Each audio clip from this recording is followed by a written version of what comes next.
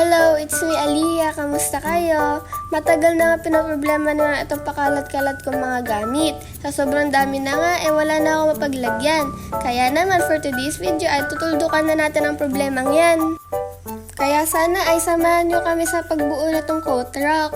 Syempre, inisa-isa ko muna ilabas ang mga parts to make sure na walang kulang. Ang video nga din ito ay ipapasa sa seller proof kung may kulang dahil hindi kasi valid pag walang video. Kaya kayo pag o-order online, videohan nyo na pagbubuksan. Hindi ko nga kaya to buuin mag-isa, kaya naman to the rescue ang daddy.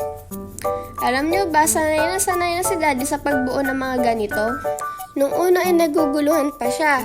Nagsimula nga siya magtry ng pagbuo ng cabinet ko. Akalain mo walang experience ay nabuo niya yun. Ang laki nga na at ang daming tornilyo. Yun nga lang inabot ng ilang oras sa pagbubuo. Ang mamahal kasi ngayon ng mga cabinet plus ang laki ng fee pa magpapa-assemble. Kaya naman para makamura tayo ay bilhin na lang tayo sa online shop tapos i-magic na lang ang pag-assemble. Ngayon ay madali na lang kay daddy ang pagbuo ng cabinet, basta pagtutulungan. Ito ang coat rack ay basic na lang sa kanya.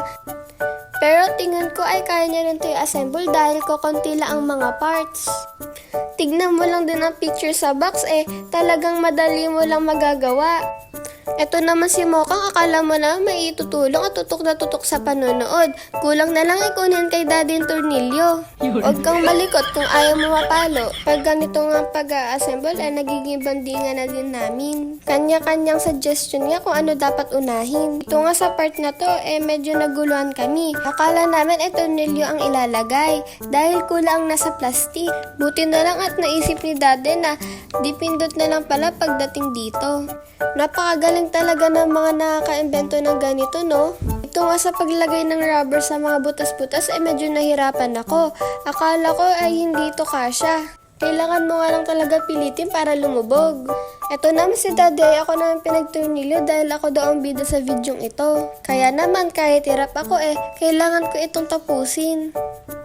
Malapit na nga matapos tong ginagawa namin. Huli nga namin nilagay ang mga gulong. Opo, may gulong po ito para madali ilipat-lipat ng lugar kapag sawa na sa pwesto. O kaya naman madali iusod kahit madaming laman para madali din linisan ng ilalim. May TV nga itong nabili namin. Gusto niya ng proof? Oh, ayan. Si Mokang walang kamalay-malay, sinubukan na nga ang sakyan. Aba, ay ayaw nang umalis. Ang saya nyo, habang ako nasa kwarto ko, nilinis ang paglalagyan. Hindi ko nga alam na sumakay na dyan si Moka. Dito na tayo sa exciting part, yung paglagay sa kwarto ko. Sakto nga may bakanting space dito. Dito ko ay nilagay ang mga bag ko. Dumami ang mga bag ko dahil bigay ng mga tita at mga kaibigan ko nung birthday ko. Yung ilalim ay pwedeng paglagyan ng sapatos pero ako yung laptop na isa ang nilagay ko. Hindi na nga magagalit si mami dahil nakasabit sa handle ng cabinet ko ang mga hanger. Hindi na nga din siya magagalit dahil pakalat-kalat ang mga gamit ko. Dahil sakto nga ang mga uniform ko dito. Kita nyo ba yan? Kahit malit lang ang kwarto maayos at malinis na siyang tignan. Salamat sa matyagang panonood mo at nakaabot ka dito. Isang like at comment naman dyan ay masaya na ako. Hanggang dito na lang. Bye-bye!